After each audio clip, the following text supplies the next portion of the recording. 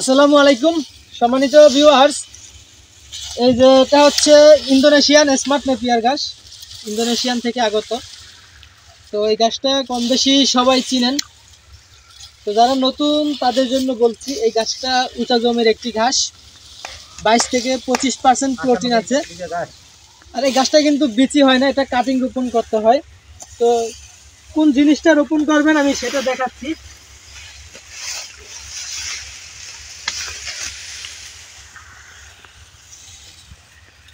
যেটা হচ্ছে ঘাস, এই ঘাসের কাটিংটা অনেকে আসলে কাটিং চিনেন না, তো বলেন যে ভাই বীজ দেন।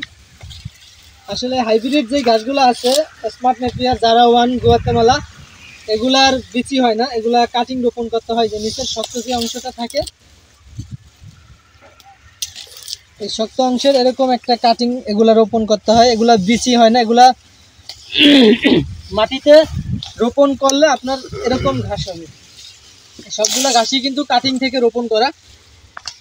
22 থেকে 25% প্রোটিন আছে এই ঘাসটাতে, এবং জার্মিনেশন রেট অন্যান্য ঘাসের তুলনায় কিন্তু ভালো।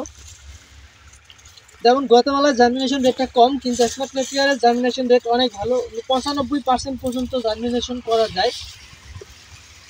তো এই গাছটা আপনার গরু ছাগল যদি উভয় প্রাণী থাকে, তাহলে আপনি এই গাছটা চাষ করতে পারেন।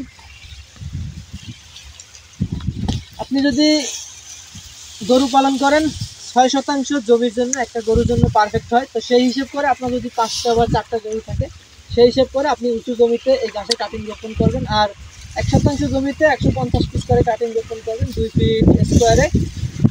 আমাদের কাছে এখন পরিপক্ক ঘাসের কাটিং আছে। তাছাড়াও দেখেন যে আমাদের আজকেও ঘাস কাটা হচ্ছে, পরিপক্ক ঘাস অ্যাভেলেবেল আছে এখন। আজকেও 8000 পিস ঘাস বিভিন্ন খামারিদের কাছে চলে যাবে। তো সেই হিসাবে আপনারা আমাদের কাছ থেকে এরকম পরিপক্ক মানের ঘাসের কাটিং সংগ্রহ করতে পারেন। দেখুন আমাদের কাটিংগুলো কিন্তু সম্পূর্ণ পরিপক্ক কাটিং, শিকড়যুক্ত কাটিং। এরকম কাটিং নিতে চাইলে অবশ্যই আমাদের সাথে যোগাযোগ করবেন। সকালে ভালো থাকবেন, আল্লাহ হাফেজ।